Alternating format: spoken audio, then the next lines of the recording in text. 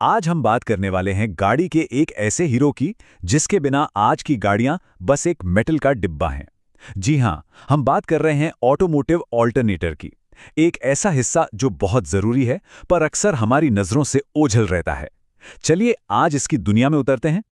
अच्छा, क्या कभी ये सोचा है कि बहुत पुरानी विंटेज कारों की हेडलाइट्स ट्रैफिक सिग्नल पर रुकते ही धीमी क्यों पड़ जाती थी? ये सवाल सुनने में भले ही छोटा लगे, पर इसका जवाब हमें सीधे उस प्रॉब्लम तक ले जाता है जिसे सुलझाने के लिए ही ऑल्टरनेटर का जन्म हुआ। तो इस सवाल का जवाब हमें मिलता है इतिहास में। देखिए, अल्टरनेटर के आने से पहले गाड़ियों की दुनिया में डायनेमो का राज था और हमारी कहानी की शुरुआत भी यहीं से होती है। तो चलिए पुराने और नए की एक सीधी टक्कर देखते हैं। एक तरफ था डायनामो जो 1960 के दशक से पहले की गाड़ियों में इस्तेमाल होता था। इसकी सबसे बड़ी दिक्कत, इंजन धीमा होते ही ये बिजली बनाना भी कम कर देता था।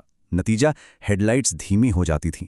ऊपर से ये बहुत जल्दी गर्म हो जाता था और इसे लगातार मेंटेनेंस की जरूरत पड़ती थी। और फिर दूसरी तरफ आया हमारा मॉडर्न हीरो ऑल्टरनेटर। गाड़ी भले ही खड़ी हो, ये पूरी ताकत से बिजली बनाता है। ये ज्यादा कुशल है, ज्यादा भरोसेमंद है और इसे ना के बराबर मेंटेनेंस चाहिए। सच कहूं तो ऑल्टरनेटर की वजह से ही आज हमारी गाड़ियों में बड़े बड़े म्यूजिक सिस्टम और पावरफुल एयर कंडीशनिंग जैसी चीजें मुमकिन हो पाई हैं। तो ये साफ है कि डायनामो के इन्हीं कमियों ने एक क्रांतिकारी समाधान को जन्म दिया। वो समाधान था ऑल्टरनेटर, जिसने आते ही गाड़ियों के इलेक्ट्रिकल सिस्टम की पूरी तस्वीर ही बदल दी।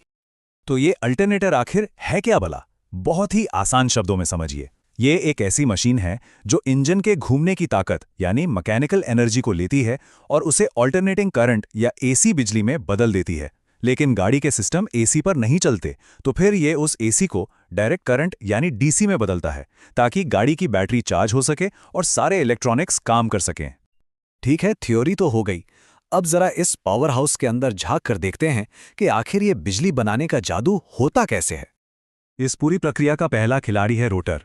इसे आप एक घूमता हुआ इलेक्ट्रोमैग्नेट समझ सकते हैं। इंजन की बेल्ट इसे तेजी से घुमाती है और इसका बस एक ही काम है, एक बहुत शक्तिशाली घूमता हुआ चुंबकीय क्षेत्र यानी मैग्नेटिक फील्ड बनाना। अब सीन में आता है स्टेटर। जैसा कि नाम से ही जाहिर है, यह स्थिर रहता है, हिलता नहीं। इसके अंदर तांबे के तारों की कॉइल्स का जाल बिछा होता है। अब जैसे ही रोटर का वो घूमता हुआ मैग्नेटिक फील्ड इन कॉइल्स के बीच से होकर गुजरता है, बूम, बिजली पैदा हो जाती है। यह सब होता है फैराडे के इलेक्ट्रोमैग्नेटिक इंडक्शन के नियम की वजह से। लेकिन कहानी में एक ट्विस्ट है। ये जो बिजली बनी है वो एसी है और हमारी गाड़ी को चाहिए डीसी पावर। तो अब क्या करें? यहीं पर एंट्री होती है रेक्टिफायर की। ये डायोड्स का एक सेट है जो एक तरफा गेट की तरह काम करता है।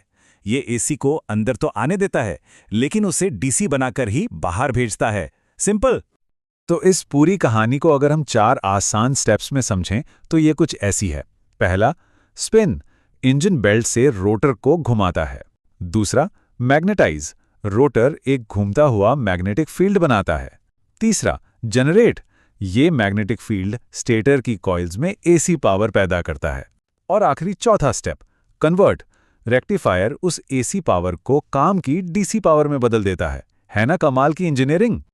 पर रुकिए, कहानी अभी खत्म नहीं हुई है। इतनी सारी पावर बनाने के बाद उसे कंट्रोल करना भी तो जरूरी है, वरना सब गड़बड़ हो जाएगा। और यहीं पर आता है हमारे सिस्टम का गार्डियन। और वो गार्डियन है वोल्टेज रेगुलेटर। इसका बस एक ही मकसद है, आउटपुट को करीब 14.2 वोल्ट पर बनाए रखना। यह आउटपुट को 13.5 से 14.8 वोल्ट के बीच एकदम स्थिर रखता है। क्यों?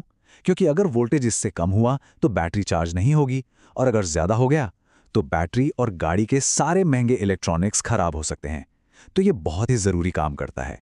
इन सब बातों से ये तो साफ हो जाता है कि ऑल्टरनेटर वाकई में हमारी गाड़ी का एक गुमनाम हीरो है। एक ऐसा हीरो जो पर्दे के पीछे रहकर चुपचाप हमारे मॉडर्न ड्राइविंग एक्सपीरियंस को मुमकिन बनाता है। जरा सोचिए, क्या क्या चलाता है ये ऑल्टरनेटर? सिर्फ बैटरी चार्जिंग ही नहीं, गाड़ी का दिमाग यानी ईसीयू, हमारा इंफोटेनमेंट सिस्टम, हेडलाइट्स और अंदर की लाइट्स, इग्निशन सिस्टम, और सबसे जरूरी एबीएस और एयरबैग्स जैसे सेफ्टी सिस्टम भी, सब के सब इसी पर निर्भर हैं। सच में ये गाड़ी के इलेक्ट्रिकल सिस्टम का दिल है। अच्छा, अब थोड़ी काम की बात। अगर गाड़ी में कुछ आम दिक्कतें आएं तो ऑल्टरनेटर पर शक कैसे करें? देखिए, अगर बैटरी चार्ज नहीं हो रही है तो हो सकता है कि ऑल्टरनेटर की बेल्ट ढीली या घिस गई हो। अगर कोई घिसने या अजीब सी आवाज़ आ रही है तो शायद बेरिंग्स जवाब दे गए हैं। और अगर हेडलाइट्स टिमटिमा रही हैं तो बहुत मुमकिन है कि रेक्टिफायर का कोई डायोड खराब हो गया हो। तो अगली बार जब कोई भी गाड़ी स्टार्ट हो तो एक पल के लिए बस ये सोचेगा कि वो कौन सा एक अकेला पुर्जा है जो बिना थके, बिना रुके उस गाड़ी को जिंदा रखने के लिए लगातार बिजली बना रहा है। मुझे लगता है अब हम सबको इसका जवाब पता है।